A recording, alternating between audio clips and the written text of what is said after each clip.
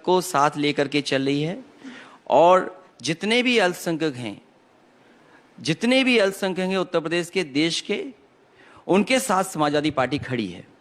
ये अल्पसंख्यकों के खिलाफ है, ये भारतीय जनता पार्टी के लोग क्रिश्चियंस के खिलाफ हैं, बौद्ध के खिलाफ हैं। ये भारतीय जनता पार्टी जैन लोगों के खिलाफ है। बताओ, जैन ढूंढने गए थे दूसरे, मिल गए दूसरे, कह रहे थे समाजवादी पार्टी के लोग हैं। और जितना अपमान मुसलमान भाइयों का भारतीय जनता पार्टी ने किया, इतना किसी सरकार ने नहीं किया होगा। इसलिए अल्पसंख्यक पूरा समाजवादी पार्टी की इस बार मदद करने जा रहा है। और साथ ही साथ पूरे देश के किसान देख रहे हैं उत्तर प्रदेश के किसान क्या फैसला लेंगे। आप बताइए, सबसे ज्यादा अपमानित कर रही है भारतीय जनता पार्टी, नहीं कर रही है? झूठ बोलती है भारतीय जनता पार्टी की, नहीं बोलती है? नहीं, वो तो क्लैरिटी से बोल रहे हैं 80% बनाम 20% है। वो 80% झूठ बोलते हैं, 20% सच बोलते हैं। ये नहीं पता लगा आपको? वो जो 80 और 20 बता रहे हैं, वो भारतीय जनता पार्टी कह रही है कि हम 80% झूठ बोलते हैं, केवल 20% सच होता है हमारा। लेकिन उसको काउंटर करना भी तो आप ही का काम है, तथ्यों के साथ। इस बार जनता आप भी धर्म की राजनीति के भंवर में फंस गए। इस बार जनता समझ गई है, इसीलिए भारतीय जनता पार्टी के लोग कूटे जा रहे हैं। 80% लोग इनसे नाराज हैं, मैं कहता हूं 100% लोग नाराज हैं इनसे। कूटे जा रहे हैं मतलब? अभी देखा नहीं आपने, एक किसान गया मंच पर और विधायक जी के एक सांसद कूटा गया। कई विधायक सांसद घुस नहीं पा रहे हैं। सोचिए, आप देश के गवर्नर ये कहें एक स्टेट के कि अगर भारतीय जनता पार्टी गांव में घुसी तो पीटी जाएगी। वो भी गवर्नर बोल रहे हो, और वो भी गवर्नर वो जो भारतीय जनता पार्टी ने बनाए हों। तो सोचिए उनकी तकलीफ और परेशानी कैसी थी। इसलिए मैं कहता हूं, जो लोग 47 से 350 325 पहुंचे हैं, आज हम भी 47 हैं, 400 पहुंचेंगे। 47 से 400, आपने 3 छोड़ा है उनके लिए। तो कौन कौन जीतेगा उधर से? 3 ही सीट जाएंगे। अपना तय कर लें कौन कौन जीत के आना चाहते हैं। देखिए, जो जब भी यूपी में चुनाव होता है, धर्म और जाति की पॉलिटिक्स होती है, इससे कोई इनकार नहीं कर सकता है। उधर मायावती जी चाह रही हैं कि दलित और ब्राह्मण का एक कॉम्बिनेशन बने, इधर ओवैसी जी दलित मुस्लिम यूनिटी की बात कर रहे हैं, आप इधर यादव मुस्लिम की यूनिटी की बात कर रहे हैं। कुल मिला, और वो 80% पर नजरें गड़ाए हुए हैं। उत्तर प्रदेश की जनता प्रोग्रेसिव पॉलिटिक्स चाहती है। उत्तर प्रदेश की जनता इंक्लूसिव पॉलिटिक्स चाहती है। उत्तर प्रदेश की जनता देख रही है कि भारतीय जनता पार्टी का हर वादा जुमला निकला। भारतीय जनता पार्टी का विकास का विज्ञापन झूठा था। ये झूठ के फूल को इस बार उत्तर प्रदेश की जनता सफाया करेगी।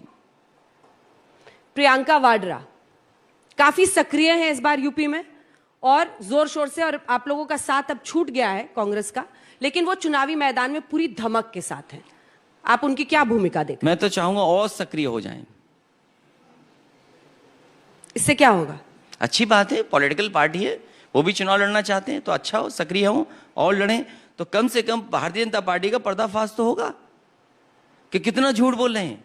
लेकिन सब अलग अलग लड़ रहे हैं, तो क्या जो तथाकथित सेक्युलर वोट है वो बटेगा नहीं? आपको ऐसा नहीं लगता है? ये भारतीय जनता पार्टी को क्यों चिंता है सेक्युलर वोट बटेगा कि नहीं बटेगा? तो आप उनकी अच्छी भूमिका देख रहे हैं, आप प्रशंसा कर रहे हैं प्रियंका वाड्रा की। मैं हर पॉलिटिकल पार्टी जो चुनाव लड़ रही है, जो गठबंधन में नहीं है, समाजवादी पार्टी ने क्षेत्रीय दलों से गठबंधन किया है। ओम प्रकाश राजभर जी समाजवादी पार्टी के साथ हैं, डॉक्टर संजय चौहान समाजवादी पार्टी के साथ हैं, महान दल समाजवादी पार्टी के साथ है, आरएलडी जयंत चौधरी समाजवादी पार्टी के साथ हैं, और श्रीमती कृष्ण पटेल जी समाजवादी पार्टी के साथ हैं। तो समाजवादी पार्टी और चाचा भी समाजवादी पार्टी के साथ हैं। हाँ, चाचा को आप वापस ले आए, क्या जाके बोला आपने उनको, जरा बताइए। मैंने कहा कि भारतीय जनता पार्टी को हराइए और समाजवादी पार्टी की शाखा बनवाइए। तो उनके चरणों में चले गए, आपको लगा कि इस बार जरूरत है चाचा जी की? अगर कोई बड़ा है तो बड़ा है, और बड़े का सम्मान अगर कर दिया तो उसमें क्या खराब किया? यही तो हमारी संस्कृति है, यही तो भारतीय जनता पार्टी नहीं जानती है। कम से कम भारतीय जनता पार्टी जैसे हम लोग नहीं है। 4 पहिए की गाड़ी पे बैठ गए वो, और मुख्यमंत्री जी को अब पैदल होना था, वो पहले ही पैदल हो गए थे, पैदल जा रहे थे। ये जनता ने देखा है। ओपी राजभर का भी आप नाम ले रहे थे सर, और कल वो बीजेपी के उपाध्यक्ष से मिल गए, तो वो तो सीरियल धोखा दे रहे हैं। ओवैसी जी को भी धोखा दे दिया, आपके पास आ गए। ये जो प्रदेश का एक उपाध्यक्ष हैं, इनको दर दर भटकने के लिए छोड़ा हुआ है भारतीय जनता पार्टी ने, कि जैसे ही 10 बजे लोग सो जाएं तो हर नेता के यहाँ केवल कंफ्यूजन फैलाने के लिए जाएं। मैं सभी से कहूंगा, जितने भी हमारे सहयोगी दल हैं, एक सदस्यता का फॉर्म रखें। जैसे ही भारतीय जनता पार्टी का कोई उनके पास आए, उन्हें तुरंत अपने पार्टी का सदस्य बना दो। और इस बार अगर रात में आए कहीं तो पकड़ करके सदस्य बना दो इसको। तो आप कह रहे हैं उपाध्यक्ष को सदस्य बना ले राजभर? हाँ, अपने दल का, जिस दल को तोड़ने जाएं, जिस दल से बातचीत करने जाएं, उस दल के नेता से हमारी अपील है कि उन्हें बैठा करके उन्हें अपनी पार्टी का सदस्य बना दो। प्रियंका वाड्रा गांधी ने एक पहल की है, 40% सीट्स वो महिला कैंडिडेट्स को दे रही हैं, उम्मीदवारों को। बीजेपी कह रही है हम सेल्फ हेल्प सेंटर्स के लिए कर रहे हैं।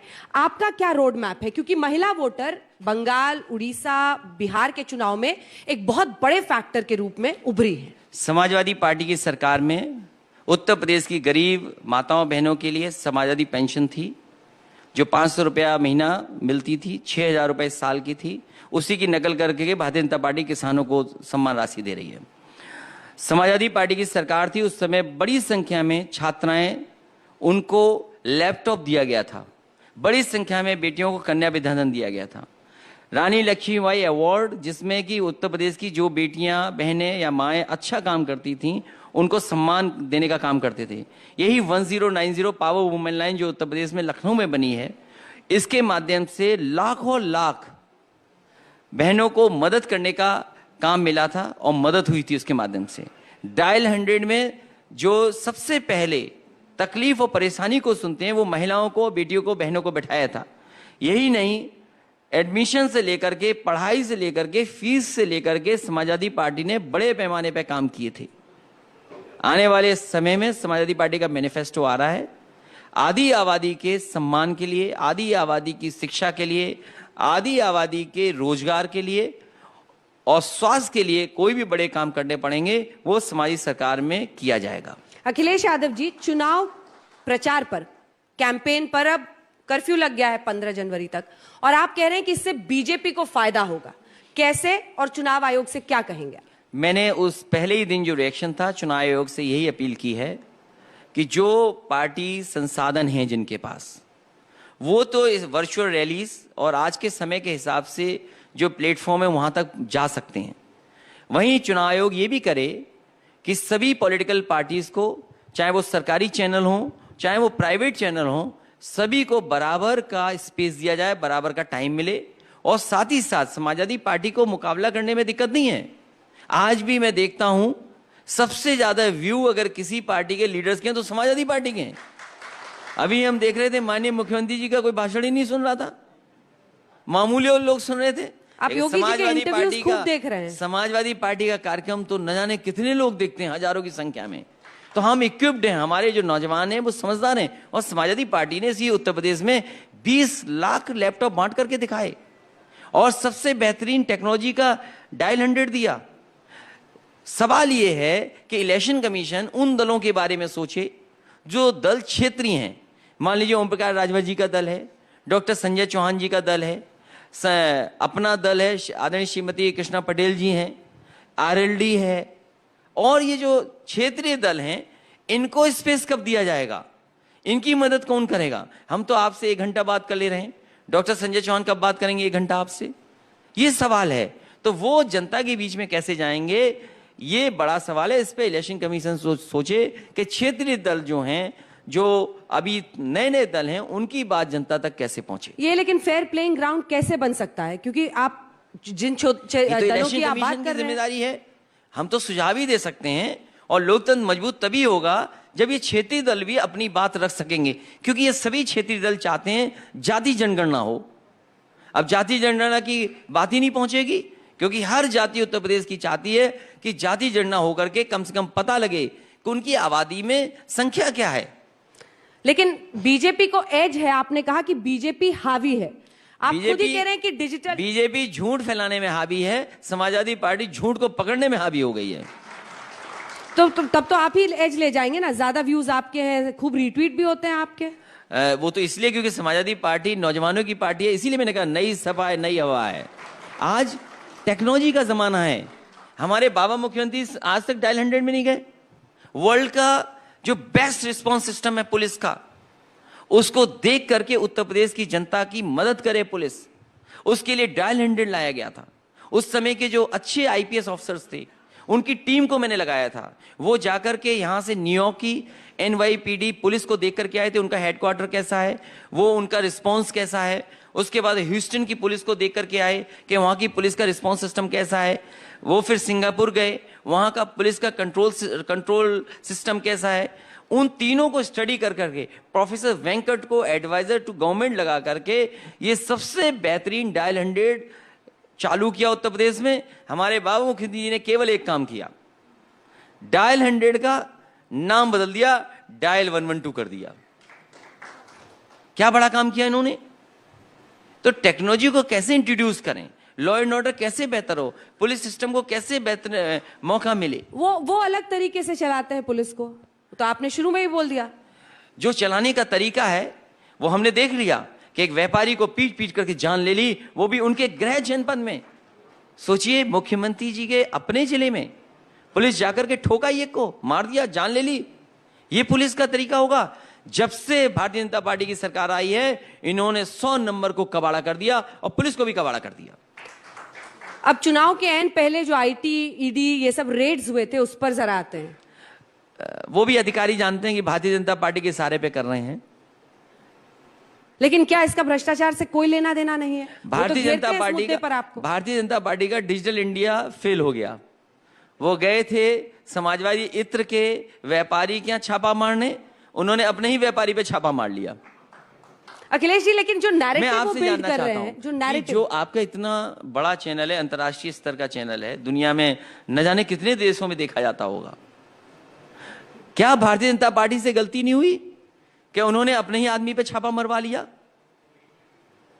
बिल्कुल। और जो सच है वो दिखाया हमने, उसमें कोई दिक्कत नहीं। क्या था सच? ये था कि उन्होंने गलत इंफॉर्मेशन दे दी, जाके रेड अपने नेता पर ही मार दिया। मैं आपका धन्यवाद देता हूं। अपने नेता पर रेड मार दिया। लेकिन मैं आपका धन्यवाद देता हूं। सवाल ये है कि नैरेटिव जो बन रहा है, देखिए ये जो आप मुस्कुरा रहे हैं, हंस रहे हैं और सामने वाले आपके ताली पीट रहे हैं, यही वो दबाव की राजनीति है जिसका लोग विरोध करते हैं। नहीं, और देखिए, अब खुश होने पे क्या पाबंदी लगाएंगे? खुश होने पे नहीं पाबंदी है, लेकिन अरे ताली पे क्या पाबंदी लगेगी? खुश होने से 10 कदम आगे भी बढ़ रहे हैं। लेकिन अगर भारतीय जनता पार्टी आ गई तो खुश भी नहीं होने देगी आपको। वो बताएगी कब खुश होना है आपको। और आप क्या बताएंगे जब पावर में आएंगे? तो समाजवादी पार्टी लैपटॉप बांटेगी, नए एक्सप्रेसवे बनाएगी और एक नदी का किनारा ऐसे बनाएंगे जहां कम से कम लोग घूम सके। क्या बाबा मुख्यमंत्री जी ये सोच सकते हैं कि नई पीढ़ी के लोग घूमना चाहते हैं नदी के किनारे, वो आइसक्रीम खाना चाहते हैं, आपके रिवर साइड अपने परिवार के लोगों के साथ बैठना चाहते हैं? आपके रिवर साइड पे हम लोगों ने बड़े शोज किए थे, ने उसका क्या हुआ? जो रिवर साइड आपने बनाया था यहाँ पर, वो मुझसे गलती हुई कि मैंने अहमदाबाद से अच्छा बना दिया। ये गलती मुझसे हुई और मैं कह सकता हूं, दावे के साथ कह सकता हूं, आपने अहमदाबाद का भी देखा होगा, सॉरी अहमदाबाद का ही देखा होगा, अहमदाबाद रिवर फ्रंट वहां का भी देखा होगा, और समाजवादी सरकार का बनाया हुआ गोमती का रिवर फ्रंट देख लीजिए आप। आपका सबसे अच्छा देश का रिवर फ्रंट अगर कोई बना है तो ये गोमती का रिवर फ्रंट है, जिसको बर्बाद कर दिया भारतीय जनता पार्टी ने। मुझे याद है गंगा एक्शन प्लान जो पहली बार इंट्रोड्यूस हुआ था भारत में, उस समय भी यही रिकमेंडेशन थी कि कोई भी नाला नदी में नहीं जाएगा, और उसकी व्यवस्था अगर किसी ने की तो समाजवादी सरकार में हुई। सबसे लॉन्गेस्ट डायफ्राम अगर कहीं बना, चैनलाइज कहीं रिवर हुई तो ये गोमती रिवर हुई। एक भी नाला गोमती नदी में नहीं जुड़ सकता। अगर 900 मीटर जोड़ दिया होता भारतीय जनता पार्टी ने, ये एग्जाम्पलरी काम था कि एक नदी कैसे अच्छी बह सकती है शहर के अंदर, और कैसे उसके आसपास पेड़ लगाए जा सकते हैं, कैसे साइकिल ट्रैक हो सकता है, कैसे लोग शाम को घूमना चाहें, सुबह घूमना चाहें, और इस नदी की एक एग्जाम्पल होती दूसरी जगह के लिए। लेकिन भारतीय जनता पार्टी ने बर्बाद कर दिया। उन्हें घूमना ही नहीं पसंद है। कोई घूमेगा तो नहीं घूमने देंगे उसको, कारोबार करेगा तो नहीं करने देंगे कारोबार। यही आइसक्रीम वाले मैं तो आपसे एक निवेदन करूंगा कि भारतीय जनता पार्टी की सरकार से भी मेरी अपील है आपके माध्यम से, इसकी एक बार लाइट ऑन कर दें और आप खुद देखने जाइए। जहां पर ठेले वाले लगे, गरीब लोग जो कारोबार करते थे, उनसे पूछिए कि समाजवादी सरकार में दुगनी आपकी आमदनी थी कि नहीं थी। आज आपकी आमदनी आधी भी नहीं हुई। तो आपके विकास का क्या मॉडल है? ये रिवर फ्रंट है और ये सब पर आपको लग रहा है उन्होंने रोक लगा दी है। हमारा जो वो तो ये कह रहे हैं ना सर कि आपने सबका इनॉग्रेशन कर दिया, फंड दे दिया, लेकिन बना के वो जनता के सामने रख रहे हैं। समाजवादी पार्टी का क्लियर विजन है कि उत्तर प्रदेश के सड़कों का इंफ्रास्ट्रक्चर बेहतर हो, क्योंकि समाजवादी पार्टी मानती है कि जितने भी हम रफ्तार बढ़ा ले जाएंगे उतनी ही अर्थव्यवस्था आगे बढ़ेगी। इसलिए देश का सबसे वेल डिजाइंड एक्सप्रेसवे किसी ने बनाया तो समाजवादी सरकार ने बनाया। आगरा से लखनऊ जो बेस्ट डिजाइन है। आप एक्सप्रेसवे पे चलती होंगी, एक्सप्रेस हर 50 किलोमीटर के बाद टोल आ जाता है, फिर आपने रफ्तार बढ़ाई, फिर 50 किलोमीटर के बाद टोल आ गया। लेकिन उत्तर प्रदेश का समाजवादी सरकार का एक्सप्रेसवे था, अगर आगरा से घुसते थे और लखनऊ उतरते थे बीच में एक भी टोल नहीं था, आप उतरते समय टोल देते। ये डिजाइन किसने अपनाई? अब एनएचएआई डिजाइन अपना रहा है। तो प्रोग्रेसिव कौन हुआ? समाजवादी पार्टी। समाजवादी पार्टी में बिजली के कारखाने लग रहे थे, हरदोआगंज अलीगढ़ में लग रहा है, आपका टांडा में 660 सुपरक्रिटिकल लगा है, आपका सोनभद्र में प्लांट लगा है, झांसी का प्लांट शुरू हुआ, ललितपुर का बिजली का प्लांट शुरू हुआ, तमाम बिजली के कारखाने लगाए। इसी के साथ साथ अस्पताल बनाए, एम्बुलेंसेस चालू की, पुलिस को गाड़ियां दी 100 नंबर, बच्चों को पढ़ने के लिए लैपटॉप दिए, नई यूनिवर्सिटीज बनाई, नए मेडिकल कॉलेजेस बनाए। भारतीय जनता पार्टी बता रही है कि उसने 59 मेडिकल कॉलेजेस बनाए। आजादी के बाद जो दूसरी सरकार ने बनाए वो भी अपने जोड़ दिए कि हमारे मेडिकल कॉलेजेस हैं। इनसे ज्यादा झूठ कौन बोल सकता है? और जो मेडिकल कॉलेज उद्घाटन हुए थे, आप उनका पर्दा हटा करके देखिए, वो मेडिकल कॉलेज हैं क्या? उसमें कोई व्यवस्था और इंतजाम नहीं है जहां गरीब का इलाज हो सके। तो ये समाजवादी पार्टी का क्लियर विजन है कि एजुकेशन के सेक्टर में अच्छा काम हो, हेल्थ के सेक्टर में बेहतरीन काम हो, सड़कें वर्ल्ड क्लास बने, डिस्ट्रिक्ट हेडक्वार्टर 4 लेन से जुड़ें, बिजली का सस्ता इंतजाम हो, बिजली के कारखाने हो, अगर सोलर एनर्जी हो सकती है तो सोलर एनर्जी पे काम हो। मुझे याद है कि मुझे 9 पॉइंट प्रोग्राम पर उस समय राष्ट्रपति रहे कलाम साहब ने एक प्रेजेंटेशन दिया था। कई उनकी बातें मैंने मानी, और एक बात और मैंने मानी उनकी, उन्होंने कहा कि क्यों नहीं ऐसा करते हो कि किसी गांव को पूरा का पूरा सोलर से, मिनी ग्रिड से तैयार कर दिए, जिससे गांव के लोगों को बिजली ना देने, बिल ना देना पड़े। मैंने उससे कहा कि मैं 3 महीने के अंदर एक ग्राम सभा गांव को तैयार कर दूंगा जिसमें गांव के लोगों को एक भी बिजली का बिल नहीं देना पड़ेगा। मैंने 3 महीने के अंदर एक ग्राम सभा को सोलर से कनेक्ट किया। आज भी बिजली चल रही है वहां पर, किसान को एक भी बिजली का बिल नहीं देना पड़ता है, उनकी चक्की चलती है, उनके और काम होते हैं, सिंचाई का काम होता है, घर में बल्ब लगे हैं, एलईडी पंखे लगे हैं, पूरा का पूरा जगमग है गांव, और एक भी बिजली का बिल नहीं देता। समाजवादी सरकार बनी होती ऐसे बहुत सारे सोलर विलेजेस क्रिएट किए जा सकते थे, लेकिन इस सरकार ने उस योजना को भी बंद कर दिया, और उन बेचारों को जहां फ्री बिजली मिलती थी उस प्लांट का मेंटेनेंस भी सरकार ने नहीं किया। चलिए प्रियंका जो जी, कलाम साहब ने बनाया था, उद्घाटन किया हुआ, देश के राष्ट्रपति रहे, उनके उद्घाटन किए हुए काम को भी बर्बाद कर दिया सरकार ने। और सुनने में आ रहा है इस सरकार ने पूरा उत्तर प्रदेश का खजाना बर्बाद कर दिया, कुछ पैसा नहीं बचा, पता नहीं कहां लेके चले गए ये। तो आपका आरोप है कि आपका विकास का जो मॉडल है उसको धत्ता कर रहे हैं सिर्फ आपको नीचा दिखाने के लिए। आप लखनऊ में उनसे पूछिए क्या बनाया रिवर उन्होंने। साइड हो या पूरे उत्तर प्रदेश में जगह जगह समाजवादी लोगों ने काम किए, चाहे सड़क हो, चाहे अस्पताल हो, चाहे बिजली हो। मुख्यमंत्री जी बताएं कि सब स्टेशन कितने बनाए हैं। देश की सबसे अच्छी और बड़ी ट्रांसमिशन लाइन अगर किसी ने बिछाई तो उत्तर प्रदेश ने बिछाई, समाजवादी सरकार में।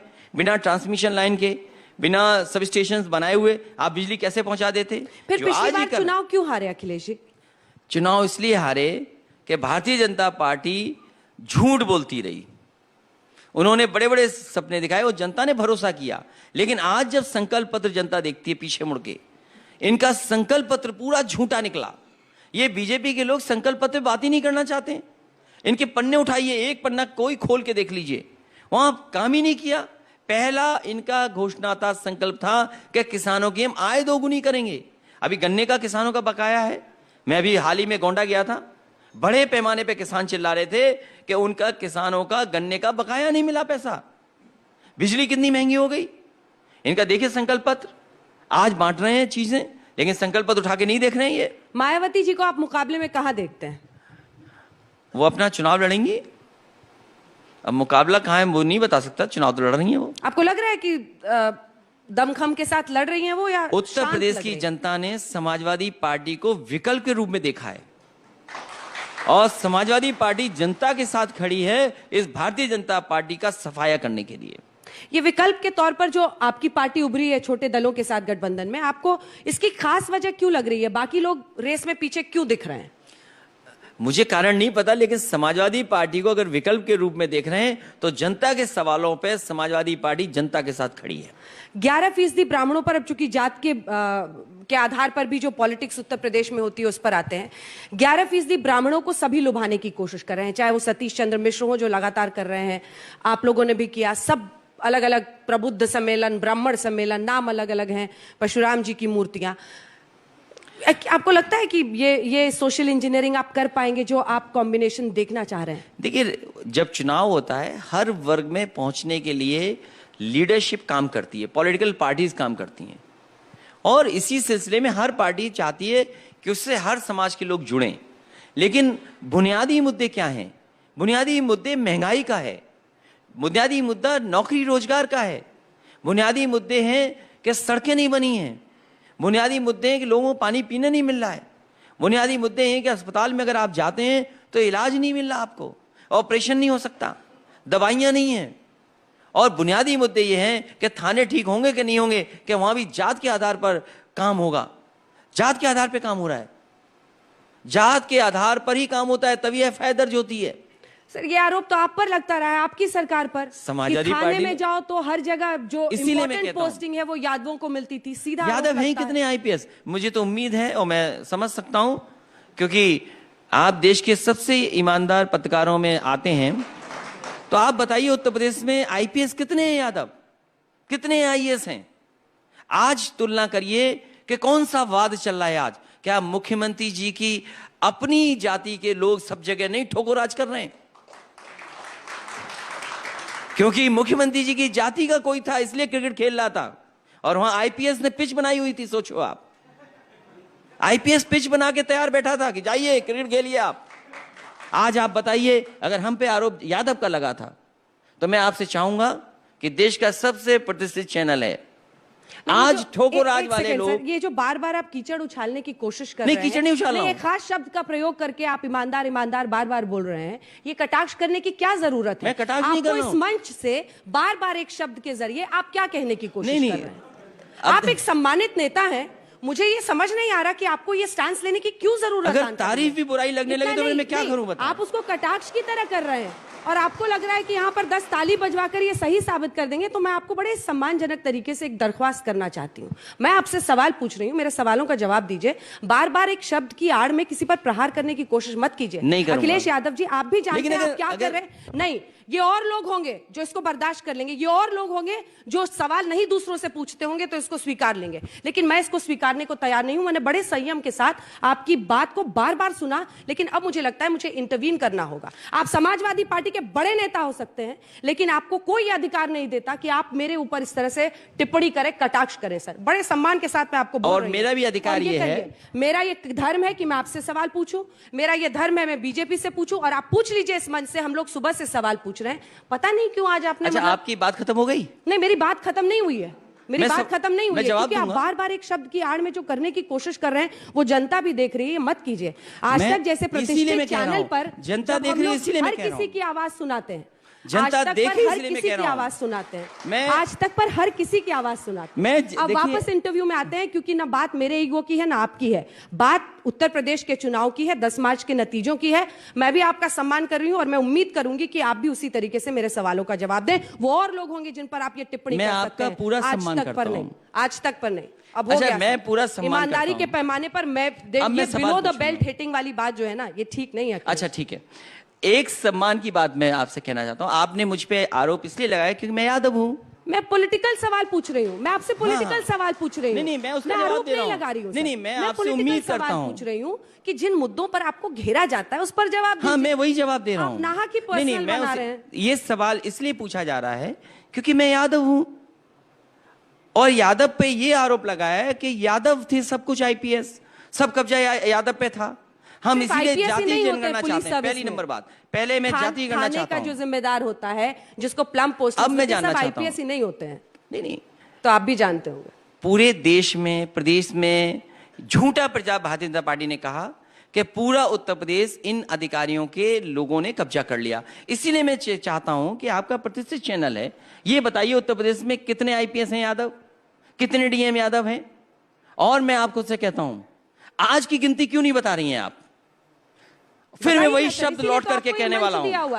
मैं फिर कहता हूं, आपको ये मंच इसीलिए दिया ना, आप जवाब दीजिए ना। मैं फिर कहता हूं, don't shoot the messenger. No, I am not shooting that. आपको जिस पर आक्रमण करना है उसके आंकड़े नीचे, उसके पोल खोलिए। उसकी पोल ये है कि सबसे ज्यादा जाति के आधार पर अगर कहीं काम हो रहा है तो भारतीय जनता पार्टी की सरकार में हो रहा है। कौन सी जात को फेवर कर रहे हैं? फिर आप पूछेंगी जात, मैं बोल दूंगा, फिर नाराज आप हो जाएंगी। कोई नाराज नहीं हो रहा। आप गलत शब्द बोलेंगे तो उस पर नाराजगी 100 बार जाहिर करूंगी। ईमानदारी गलत शब्द नहीं है। आप जिस ध्येय से बोल रहे हैं ना, आप जिस ध्येय से बोल रहे हैं अखिलेश जी, देखिए आप फिर वही खेल कर रहे हैं। आप फिर वही खेल करने की कोशिश कर रहे हैं। मैं आज के बाद ईमानदारी नहीं बोलूंगा। नहीं, ये गलत खेल कर रहे हैं आप। ये जो आप खेल करने की कोशिश कर रहे हैं ये गलत है।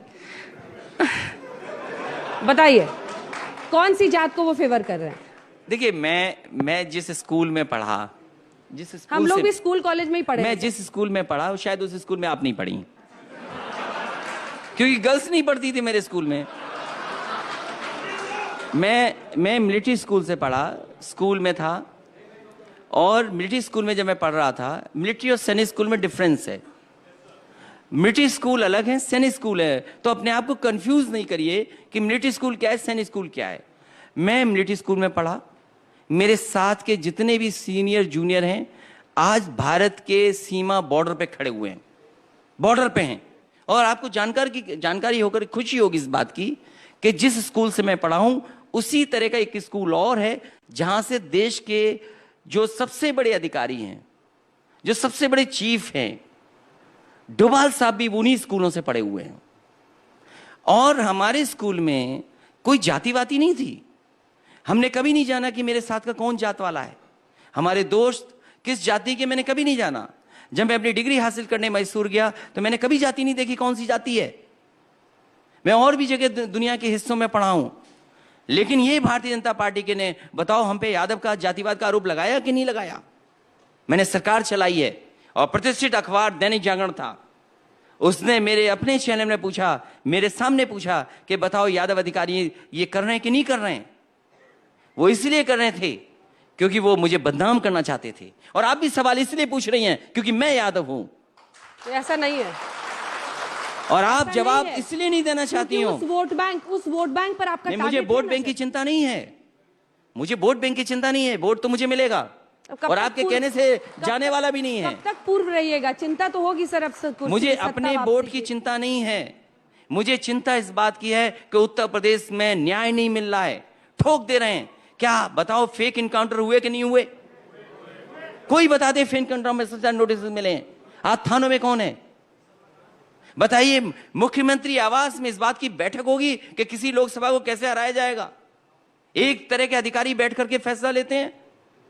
क्या उत्तर प्रदेश में नहीं हो रहा है? ये कोई भी जांच होगी एक अधिकारी पे पहुंच जाएगी। कौन नहीं जानता उत्तर प्रदेश का? जेल में हत्या हो गई, जेल में हत्या हो गई, क्या कार्रवाई हुई? क्या जेल में आप मार देंगे जाकर के लोगों को? कौन जिम्मेदार है उसके लिए? ये कानून है आपका।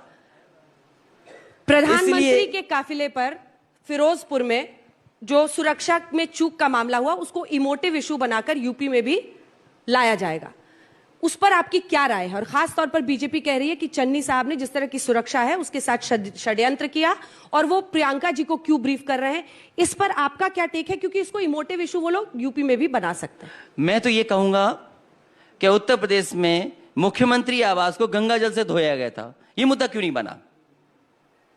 हमारी सिक्योरिटी हटाई गई, ये मुद्दा क्यों नहीं बना? भारतीय जनता पार्टी ने नहीं हटाया क्या? सिक्योरिटी हमारी बैठाई, हमने कोई मुद्दा नहीं बताया ना, हमने कहा जान को खतरा है। अरे जिस दिन जाना होगा चला जाएगा, कोई जान का खतरा नहीं है। और जो राजनीति करने वाले लोग हैं उन्हें इस खतरे से नहीं डरना चाहिए, क्योंकि हमारी सिक्योरिटी बैठी थी। एक दिन आया अधिकारी, बोला आज से आपकी सिक्योरिटी नहीं है। मैंने उससे पूछा कि क्यों नहीं है? उसने बोला मुझे कारण नहीं पता, आप बताइए। मुझे एनएसजी खबर था। मैंने उस अधिकारी से पूछा क्या आपके पास जवाब उसका कि मुझे क्यों हटाया जा रहा है? बोला फैसला हो गया है, आपकी सिक्योरिटी नहीं है आज से। उनकी सिक्योरिटी है, विपक्ष की कोई सिक्योरिटी नहीं है, आम जनता की कोई सिक्योरिटी नहीं है। किसी को ठोक दे रहे हो आप, आप किसी को मार देंगे ऐसे ही? इसी लखनऊ में आईटी का वो तिवारी को बताओ पुलिस ने मारा कि नहीं मारा? इसी राजधानी में गोली मार दी। और क्या गोरखपुर में पुलिस ने नहीं मार दिया क्या एक व्यापारी को? हाथरस में घर परिवार के लोग चिल्लाते रहे, रोते रहे। उसके भाई की मेरे से बात हुई, रात के 2 बजे मेरी बात हुई उसके भाई से। मैंने उसके भाई से कहा मैं कोशिश करता हूं, डीएम से बात करता हूं। मैंने डीएम को फोन मिलाया, डीएम ने फोन नहीं उठाया। मैंने डीएम को मैसेज किया कि कम से कम आखिरी जो इच्छा परिवार की है उसका सम्मान कर दो, लेकिन डीएम को परवाह नहीं की